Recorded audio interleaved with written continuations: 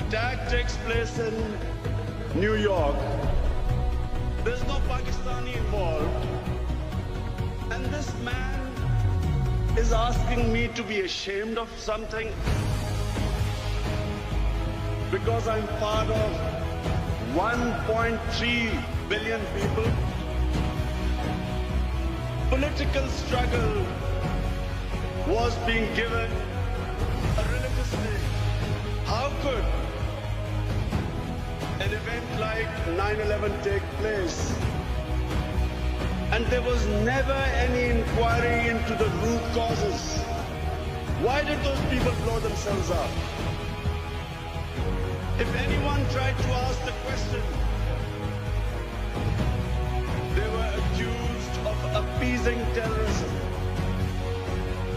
They were accused of justifying terrorism. George Bush went on television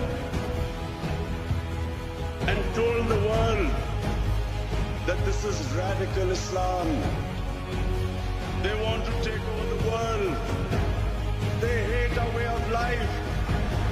They hate our freedom. They hate our democracy. They are like Nazism. This is a new philosophy like communism. The stakeholders who had an interest in the oil in Iraq, the neoconservatives, all of them then projected this mad philosophy of radical Islam. First, Afghanistan was attacked 3 weeks after it went. War was made the first option, not the last resort. Some 50,000 people were killed when not one Afghani was involved in 9/11. Soon Iraq followed. After lies and deception, saying that Saddam was connected with Al-Qaeda, putting the fear of God in their own population so that they would not question them. Other stakeholders jumped in. Ariel Sharon, suddenly he was fighting against Islamic terrorists. In Chechnya, Vladimir Putin was fighting against Islamic terrorists.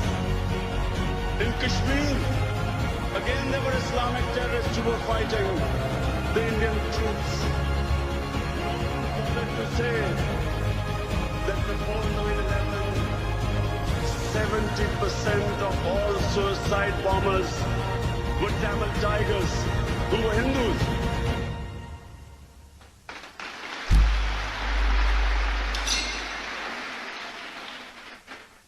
No one ever blamed Hinduism for the guerrilla warfare, terrorist struggle, freedom struggle, the Tamils would call it. No one blamed Hinduism for it. When the Japanese kamikaze pilots in desperation were blowing themselves up in the planes, no one blamed Shintoism for suicide bombings. But suddenly, Islam was responsible for suicide bombings. Careful planning, spin doctoring brought political struggles a religious name. We had certain members of the Islamic clergy immediately jumping on the bandwagon that terrorism is not allowed in Islam. We all know terrorism is not allowed in Islam. Every Muslim knows what the Prophet of Islam sallallahu alaihi wasallam said. Long before the Geneva Convention came in, the Muslims were told not to harm anyone, non-combatants, women, children, elderly, not to destroy gardens, crops, how to treat prisoners of war. Not the way George Bush treats prisoners of war.